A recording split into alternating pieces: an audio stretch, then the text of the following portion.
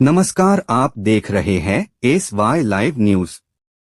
दिल्ली में छात्रों के आंदोलन के बाद केंद्रीय शिक्षा मंत्री धर्मेंद्र प्रधान के इस्तीफे पर सियासत तेज हो गई है। राष्ट्रवादी कांग्रेस पार्टी शरदचंद्र पवार के राष्ट्रीय महासचिव डॉक्टर जितेंद्र आव्हाड ने आंदोलनकारी छात्रों को सलाम करते हुए कहा कि उनकी अहिंसक लड़ाई ने सरकार को झुकने पर मजबूर कर दिया। आव्हाड ने आरोप लगाया कि छात्रों पर बर्बर लाठीचार्ज किया गया, लेकिन उन्होंने हिंसा का रास्ता नहीं अपनाया। साथ ही उन्होंने सरकार से आंदोलन के दौरान छात्रों पर दर्ज सभी मुकदमे वापस लेने की मांग की। उनका कहना है कि ये छात्र व्यवस्था में सुधार और अपने भविष्य की लड़ाई लड़ रहे थे, इसलिए उनके भविष्य से कोई खिलवाड़ नहीं होना चाहिए। ठाणे से यूसुफ पुरी की रिपोर्ट। ऐसी ही हर बड़ी खबर के लिए जुड़े रहिए SY लाइव न्यूज के साथ। अनेक दिवसांपासून नीट पेपर फुटी आणि एकंदरच शिक्षण पद्धतीमध्ये होणारा भ्रष्टाचार आणि शिक्षणामध्ये सरकारचं होत चालले लाईन नाही ना मुली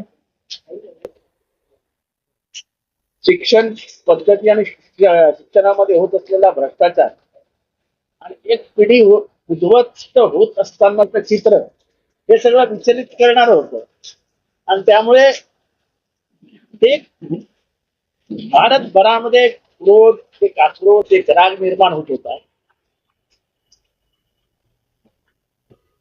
20 तारखेला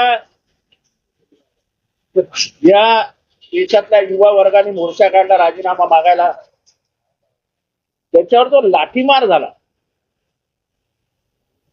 मला वाटतं की तो अमानवी होता, त्याला अनकॉल्ड फॉर म्हणतात तसा होता। आंदोलन चिघळत गेलं। या आंदोलनाचं मुख्य वैशिष्ट्य काय होतं तर या आंदोलनामध्ये हिंसा कमी होती, पण मात्र ज्या शब्दात त्यांना थोबाडीत मारता येत होती तशी थोबाडीत गेल्या 70 वर्षात मारताना मी बघितलेली नाही। असं खेळत ते मजा करत तुमची टिंगल उडवायची, पण नेमकी जी टोपी उडवायची तशी टोपी उडवताना उडवणं सोपं नव्हतं। त्यांच्या घोषणा, त्यांच्यातला उत्साह। काल रात्रीचं चित्र, गेले 4 दिवस मी चित्र बघतोय। 4 वाजता थकून भागून रस्त्यावर तसेच उघडे कपड्यानिशी झोपलेत। कोण कुठल्या जातीचा, पंथाचा कुठलाच आता पत्ता नाही।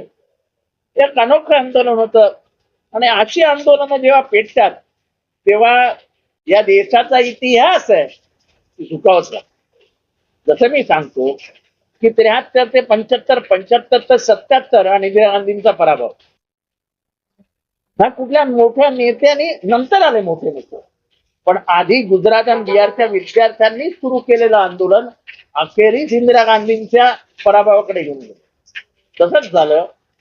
राहुल गांधींनी हे सगळं सुरू केलं, पण जेव्हापासून अभिजित भिटके यांनी कॉकरेज हा शब्द उचलला, जो आपले हिज लॉर्डशिप सूर्यकांतजी यांच्या तोंडातनं बाहेर पडला होता आणि त्याच्यातनं त्यांनी जे वातावरण गरम करत ठेवलं आणि कुठल्याही दबावाला बळी न पडता त्यांनी जे आंदोलन चालू ठेवलं, आज त्याच्या या जिद्दी स्वभावाला तरुणाईनी साथ दिली आणि आज त्या तरुणाई पुढे सरकारला झुकावं लागलं आणि राजीनामे दाखल केले, केसेस दाखल केले। त्या मागे घ्यायलाच पाहिजे ना। असं कसं चालेल? त्या पोरांचं आयुष्य उद्ध्वस्त करायला त्यातले कारणीभूत ठरतील। त्यांना पासपोर्टला अडचणी निर्माण होतील, फॉरेनला जाताना अडचणी निर्माण होतील, प्रत्येक ठिकाणी त्यांच्यासमोर अडचण उभा राहील। ते काही म्हणजे कुठल्या वाईट कामासाठी म्हणून आले नव्हते ना, ते व्यवस्था सुधारवण्यासाठी, आमच्यावर झालेला अन्याय दूर करा याच्यासाठी रस्त्यावर आले होते। आता त्यांच्यावर जर केसेस